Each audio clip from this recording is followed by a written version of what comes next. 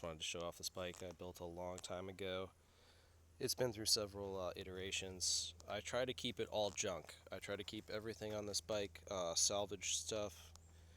There's a lot going on here, but basically I used this as a project to learn to weld like 15 years ago, and I had a Harbor Freight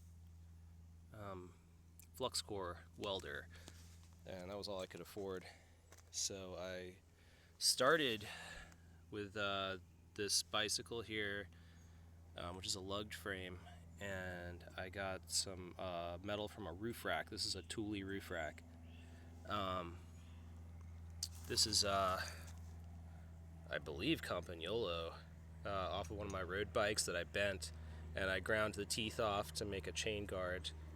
And it does, that's a functional derailleur. It does have gears, and that's to keep the chain off the rear tire.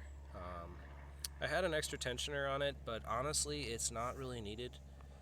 The chain does bounce around a lot, but it doesn't fall off. It stays on. I've taken this thing through some pretty rough surfaces, and it does stay on. Like I said, all this stuff is junk.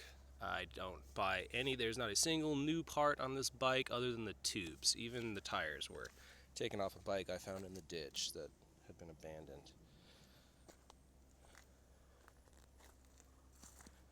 So anyway, this was how I learned to weld.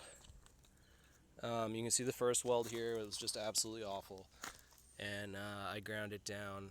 I refuse to hide it though. I won't fix it, even though my welding has improved a lot since then. I like to look at it. And then that was probably the second one I did.